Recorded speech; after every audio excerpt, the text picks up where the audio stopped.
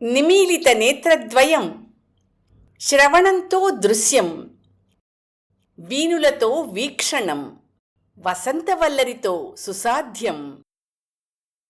వసంతవల్లరికి స్వాగతం. ఈనాటి వసంతవల్లరిలో సుప్రసిద్ధ కథా రచయిత్రి శ్రీమతి అత్తలూరి విజయలక్ష్మి గారు రచించిన కథ బ్లీడింగ్ హార్ట్ వింటారు.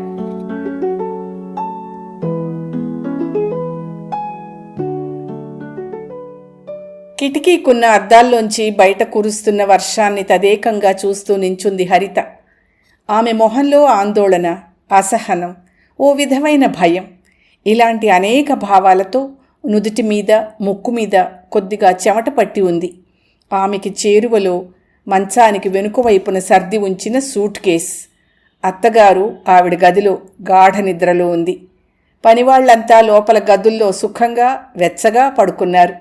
ఇల్లంతా కాదు మొత్తం భవంతి నిశ్శబ్దంగా ఉంది. సరిగ్గా బయలుదేరే ముందు మొదలైంది పాడువాన. ఇప్పుడప్పుడే తగ్గేలా లేదు. అప్సరసల మేలిముసుగు చివర వ్రేళ్లాడే జలతారు తీగల్లా వర్షపు ధారలు, వారి ముక్కును మెరుస్తున్న వజ్రపు కాంతిలా మెరుపులు, ఎక్కడో పిడుగుపడిన శబ్దం. హరిత ఉలిక్కిపడింది. వర్షం అంటే చిన్నప్పటినుంచి విపరీతమైన భయం. ఇల్లంతా కురుస్తుంటే అక్కడక్కడ ప్లాస్టిక్ బకెట్లు, చిన్న చిన్న బేసిన్లు పెట్టి అందరూ ఓ మూల ఒదిగి పడుకునేవాళ్ళు. అమ్మ గుండెల్లోకి ఒదిగి గువ్వపిట్టలా ముడుచుకుని పడుకునేది తను. హరిత నిట్టూర్చింది. ఏం చేస్తోందో అమ్మ. నువ్వన్నా సుఖపడవే. నిన్ను వెతుక్కుంటూ వచ్చిన అదృష్టాన్ని కాలదన్నకే. డబ్బు లేకపోతే బ్రతుకెంత దుర్భరంగా ఉంటుందో నీకు వేరే చెప్పక్కర్లేదు కదా. చిన్నప్పటినుంచి ఇంట్లో దరిద్రమే చూశావు. ఇహనైనా సుఖపడు. కొంచెం వయసు ఎక్కువే, కానీ కుర్రాడు బంగారంలా ఉన్నాడు. మంచంలో ఉన్న ఆ తల్లి తప్ప ఎవ్వరూ లేరట అతనికి. ఆవిడ మాత్రం ఎంతకాలం బతుకుతుంది చెప్పు? నా మాట విని ఈ సంబంధం ఒప్పుకోమ్మా. ప్రేమలు విరహాలు అన్నం పెట్టవు. ఆ సతీష్ నిన్నేం సుఖ పెడతాడు? వాడికే ఠికానా లేదు. నా మాట విని ఈ సంబంధం ఒప్పుకో. పక్కింట్లో ఉన్న నిరుద్యోగి సతీష్ని ప్రేమించాను, అతన్నే చేసుకుంటానని తనన్నప్పుడు తల్లి మాటలు గుర్తొచ్చాయి. నిజమే, సతీష్కి అప్పట్లో ఉద్యోగం లేదు. ట్యూషన్లు చెప్తూ తన భోజనానికి అవసరాలకి సరిపడా సంపాదించుకుంటూ ఉండేవాడు. చాలామంది ఇరుగు పొరుగు యువతీ యువకుల్లాగే తామిద్దరూ ప్రేమించుకున్నారు. కారణం, ఒకరి రూపం ఒకరికి నచ్చో లేక అభిరుచులు ఏకమయ్యో మరేదో కాదు. కేవలం దరిద్రం. ఒకే దారిలో నడిచే బాటసారుల్లాగా. అర్ధాకలి కడుపు, అతుకులు వేసిన బట్టలు, నిరాశ నిండిన కళ్ళు, తండ్రి ప్రెస్ నుంచి తీసుకొచ్చిన వేస్ట్ పేపర్లని పుస్తకాలుగా కుట్టుకుని వాడుకునేవాళ్ళు తను, అన్నయ్యలు, చెల్లాయి. చిన్నన్నయ్య అస్తమానం నాన్న మీద అరుస్తూ ఉండేవాడు, పోషించడం చేతకాని వాళ్ళు ఎందుకు కనాలి అంటూ. నాన్న ప్రూఫ్ రీడర్గా పనిచేసిన చిన్నా చితకా పేపర్లన్నీ ఏడాది రెండేళ్లు కుంటి నడక నడిచి మూతపడ్డాయి. అందరి చదువులు మధ్యలోనే ఆగిపోయాయి. చిన్నన్నయ్య ఇంట్లోంచి పారిపోయాడు. హరిత ఒళ్ళు ఒక్కసారి జలధరించింది. చిన్నన్నయ్య దరిద్రం భరించలేక పారిపోయాడు. కానీ తను? హరిత కళ్ల ముందు ట్యూబ్లైట్ కాంతిపడి వింత సోయగా లీనుతున్న లాన్ కనిపించింది. పొడుగాటి అశోక చెట్ల మించి మృదువుగా ధ్వనిస్తూ పచ్చిగడ్డి మీద రాలుతున్న వర్షపు చుక్కలు, మధ్యలో ఎరుపు రంగులో సన్నని గీతలున్న ఆకుపచ్చని హృదయాకారపు మొక్కలు. Bleeding heart. ఇది నేనెంతో కష్టపడి తయారు చేసుకున్న గార్డెన్. నేను అందమైన వాటినే ఎక్కువగా కోరుకుంటాను. ఎంత కష్టమైనా సరే వాటిని పొందడానికే కృషి చేస్తాను. అందుకే బీదదానివైన నీ అందం, కేవలం నీ అందం చూసి నిన్ను చేసుకున్నాను. ఈ అందమైన భవంతి, ఇంత అందమైన గార్డెన్, ఈ ఇంట్లో ఉన్న ఖరీదైన అందమైన ఫర్నిచర్, ముఖ్యంగా అలా చూడు, ఆ క్రోటన్ నేనెంతో కష్టపడి బాగా ఖర్చు పెట్టి తెప్పించాను. ఆ క్రోటన్ని బ్లీడింగ్ హార్ట్ అంటారు. ఈ భవంతిలోని ఏ గదిలోంచి చూసినా నా కంటికది కనిపిస్తూ ఉండాలి. అచ్చం గాయపడిన హృదయంలా ఉంది. మధ్యలో ఆ ఎర్రని గీతలు రక్తపు చారల్లా ఉన్నాయి కదూ. మొదటి రాత్రి ఇదే బెడ్రూమ్లో ఇదే కిటికీ దగ్గర నిలుచుని కిటికీలోంచి కనిపిస్తున్న మొక్కను చూస్తూ కృష్ణ చైతన్య అన్న మాటలు. Bleeding heart. ఎంత అందమైన సృష్టి! ఎవరు పెట్టారో ఈ పేరు? దీని ఆకుల్ని స్త్రీ హృదయానికి దర్పణంగా సృష్టించిన సృష్టికర్త ఎంత తెలివైనవాడు! బ్లీడింగ్ హార్ట్, గాయపడిన హృదయం. అవును, తనలాంటి ఆడదాని హృదయం. కేవలం దరిద్రమే ఓ అడ్డుగోడగా మారి తన ప్రేమను చిన్నాభిన్నం చేస్తే ప్రేమించిన వాడికి దూరమైన ఆడదాని హృదయం. ప్రేమ, అనురాగం, లాలన, ఈ పదాలకి నిర్వచనం తెలియని ఓ స్వార్థపరుడికి, భోగలాలసుడికి అయిష్టంతో భార్య అయి ఖరీదైన ఈ భవంతిలో ఓ ఖరీదైన బొమ్మగా మారిన ఈ ఆడదాని హృదయం. హరిత పెదాలు సన్నగా కంపించాయి. నో, ఈ భవంతిలో, ఈ నిశ్శబ్దంలో, ఈ బంగారు పంజరంలో ఒక్క క్షణం కూడా ఉండకూడదు. పారిపోవాలి. ఎలా? వర్షం తగ్గేలా లేదు. కుండపోతగా కురుస్తూనే ఉంది. బయట వర్షం శబ్దం, మధ్య ఉరుములు తప్ప అంతటా నిశ్శబ్దం. ఈ భవంతిలో ఎప్పుడూ నిశ్శబ్దమే. రాత్రి పగలు నిశ్శబ్దమే. తనకి భర్తకి మధ్య, తనకి అత్తగారికి మధ్య, అత్తగారికి తన భర్తకి మధ్య, పనివాళ్లకి యజమానురాలుకి మధ్య నిశ్శబ్దం. అంతటా నిశ్శబ్దం. అంతులేని తన గుండె చప్పుళ్ళ అంతులేని శబ్దం తప్ప అంతా నిశ్శబ్దమే. 2 రోజులకొకసారి మొహం చూపించి వెళ్లే భర్త, కనుసంజ్ఞలతో అడుగులకు మడుగులొత్తే నౌకర్లు, చిన్న చిన్న పలకరింపులు తప్ప మనసు విప్పి మాట్లాడని అత్తగారు. అప్పుడప్పుడు అచ్చు తెలుగు సినిమాల్లో అణకువ కలిగిన కోడల్లా తను అత్తగారికి చదివి వినిపించే రామాయణంలోని, భారత భాగవతంలోని పద్యాలు, లలితా సహస్రనామాలు విన్న గోడలు వాటినే ప్రతిధ్వనిస్తూ ఉండేలా ఆ నిశ్శబ్దంలో తన చెవుల్లో శబ్దతరంగాలను ప్రసరిస్తూ ఉంటాయి. నిశ్శబ్దం భరించలేక తను గుర్తు చేసుకునే శబ్దాలవి. ఉదయం పూట 1 గంట 2 గంటలు అత్తగారి సేవలు తప్ప మిగతా సమయమంతా తను మనిషిననే తనకి గుర్తుండదు. రూఫ్కి వ్రేళ్లాడే షాండ్లియర్లా, ఇంటి ముందు పెంచుకున్న అందమైన గార్డెన్లా, ఇంట్లో ఉన్న ఖరీదైన సోఫా సెట్లా, విదేశాల నుంచి తెప్పించిన అందమైన ఫ్లవర్ వేజ్లా, రంగురంగుల చేప పిల్లలతో తళుకులు ఈనే అక్వేరియంలా ఈ అందమైన అధునాతనమైన పెద్ద భవంతిలో తను షోపీస్. అందమైన గార్డెన్లో బ్లీడింగ్ హార్ట్లా అతని కంటికి అందంగా అలంకరించుకొని కనిపిస్తూ, మాట్లాడ్డానికి మనుషులు లేక గొంతెప్పుడో మూగపోయింది. ఎగసిపడే భావాలకు అర్థం తెలియక గుండె ఎప్పుడో బండబారింది. స్వేచ్ఛలేని కాళ్ళు చేతులు చచ్చులు పడ్డాయి. అర్థం లేని ఆలోచనలతో మనసెప్పుడో లాలిత్యం పోగొట్టుకుంది. ఇంకేం మిగిలింది తనకి? భార్య అంటే 10 మందికి పరిచయం చేసుకోవడానికి పనికొచ్చే ఓ స్టేటస్ సింబల్. భార్య అంటే తనే సమయంలో వచ్చినా, ఏం చేసినా, ఏం మాట్లాడినా చిరునవ్వు నవ్వుతూ ప్రేమ జల్లులు కురిపించే ఓ సాధనం. భార్య అంటే ఈ భవంతిని, ఈ భవంతిలోని అణువణువును సూపర్వైజ్ చేస్తూ ఉండాల్సిన సూపర్వైజర్. హరిత గుండెల్లో చెలరేగే భావాలన్నీ చిన్న చిన్న సూదులుగా మారి గుచ్చుతున్న భావన. పారిపోవాలి, ఇక్కడ్నుంచి పారిపోవాలి. ఇంతకన్నా మంచి అవకాశం తనకి రాదు. కృష్ణ చైతన్య గుజరాత్ నుంచి తిరిగొచ్చేలోగా పారిపోవాలి. ఎలా? ఎలా? వర్షం తగ్గదా? గడియారం 12 సూచనగా గంటలు కొట్టింది. హరితకి తల్లి గుర్తొచ్చింది. అచ్చం గడియారంలో ముల్లులా అవిశ్రాంతంగా పనులు చేస్తూ ఉండేది. జ్వరం వచ్చినా, జలుబు చేసినా అలాగే తూలుతూ కూర్చుంటూ పడుకుంటూ చేసేది. అలా చేయడం ఆవిడ జన్మ హక్కుగా పిల్లలంతా భావించారు. ఏనాడు ఎవరూ ఆవిడికి సాయం చేయలేదు. తనూ చేయలేదు. చదివించలేదన్న కోపంతో, సతీష్ని పెళ్లి చేసుకోనివ్వలేదన్న కోపంతో, పేదరికం అడ్డుగా పెట్టుకుని తన బ్రతుకుని, తన మనసుని ఓ ధనికుడికి అమ్మేస్తోందన్న కోపంతో ఆవిడ మీద సానుభూతి కూడా చూపించలేదు. అమ్మా! హరిత కళ్ళ నుంచి 2 నీటి చుక్కలు. ఎంత అదృష్టవంతురాలివే హరి!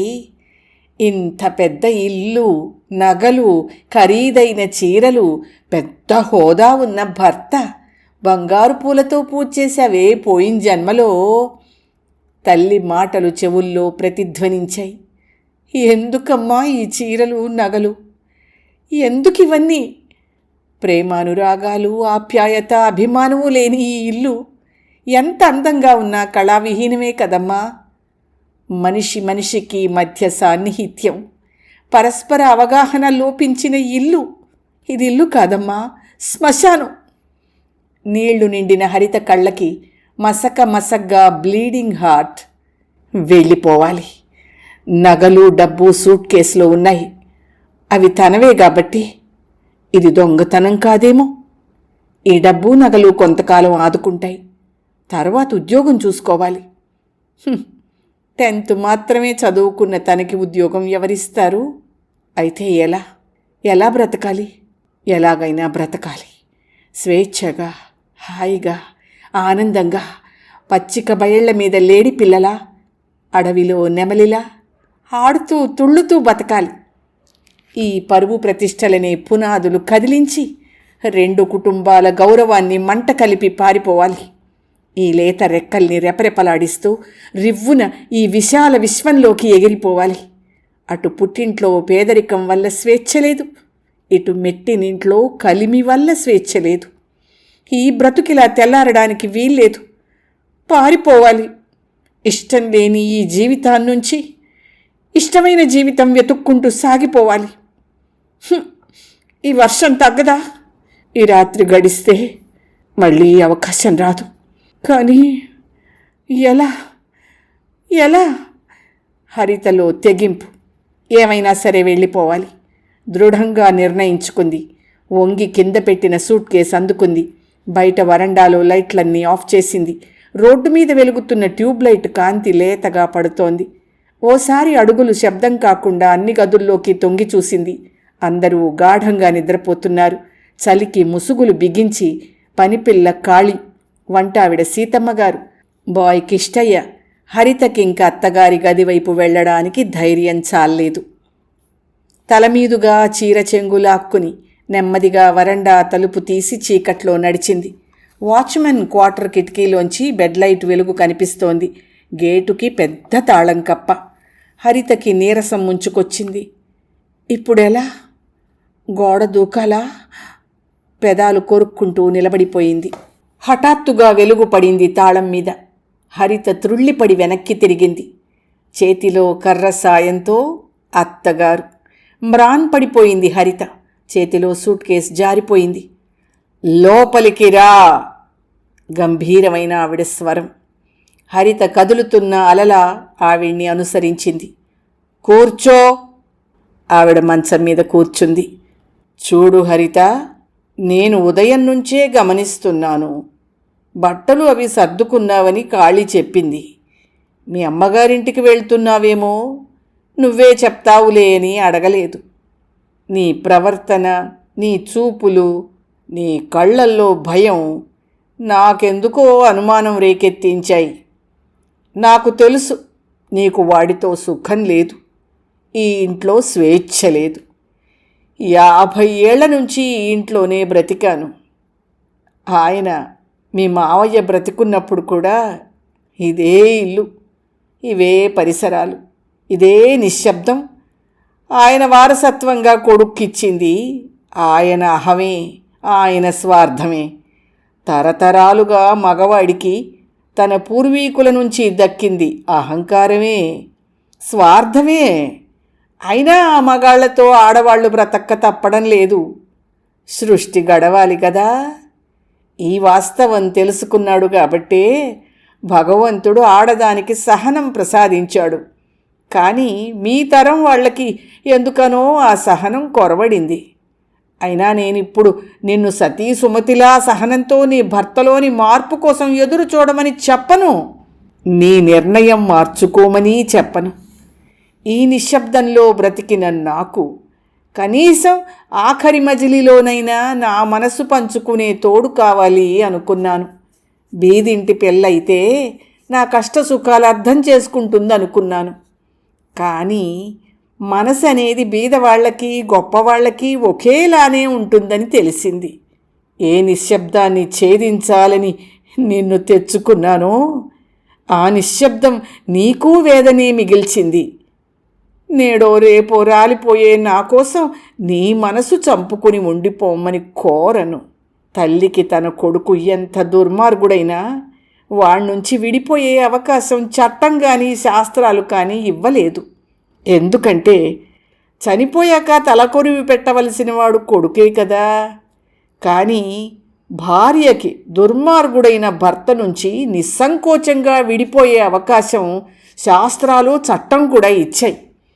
నీకు లభించిన ఈ మహదవకాశం సద్వినియోగం చేసుకోవలసిన అవసరం నీకెంతో ఉంది. కాకపోతే ఒక్క మాట, వెళ్ళే ముందు ఎక్కడికి వెళ్ళాలి, ఎలా వెళ్ళాలి, వెళ్ళి ఏం చెయ్యాలి అని ఆలోచించుకుని వెళ్తే బాగుంటుంది. పెద్దదానిగా అనుభవజ్ఞురాలిగా నీ శ్రేయోభిలాషిగా ఇది నా సూచన మాత్రమే. ఆకాశంలో ఎగిరే పక్షికి కూడా ఓ గూడంటూ ఉంటుంది. కానీ ఆడదానికి నాది అని చెప్పుకునే నీడ దొరకడం చాలా కష్టం. అందుకు నువ్వు మానసికంగా శారీరకంగా కూడా చాలా శ్రమ పడాలి.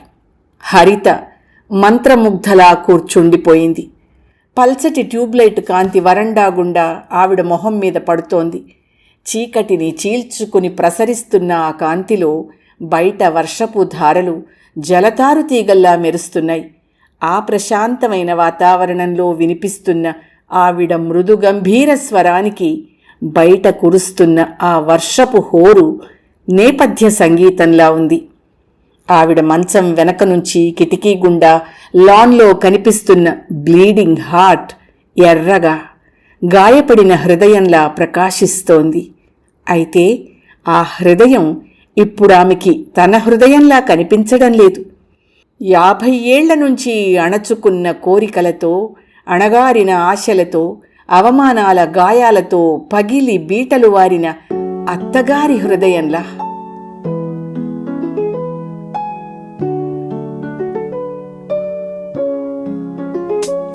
వసంతవల్లరిలో సుప్రసిద్ధ కథా రచయిత్రి శ్రీమతి అత్తలూరి విజయలక్ష్మి గారు రచించిన కథ బ్లీడింగ్ హార్ట్ విన్నారు.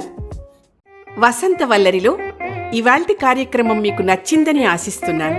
అందుకే లైక్ చేసి మీ మిత్రులకు బంధువులకు లింక్ను షేర్ చేసి మీ అమూల్యమైన అభిప్రాయాన్ని నాకు కామెంట్ బాక్స్లో తెలియచేయమని, వసంతవల్లరికి సబ్స్క్రైబ్ చేయమని విన్నవించుకుంటూ మీ వసంతలక్ష్మి అయ్యగారికి సెలవు మరి.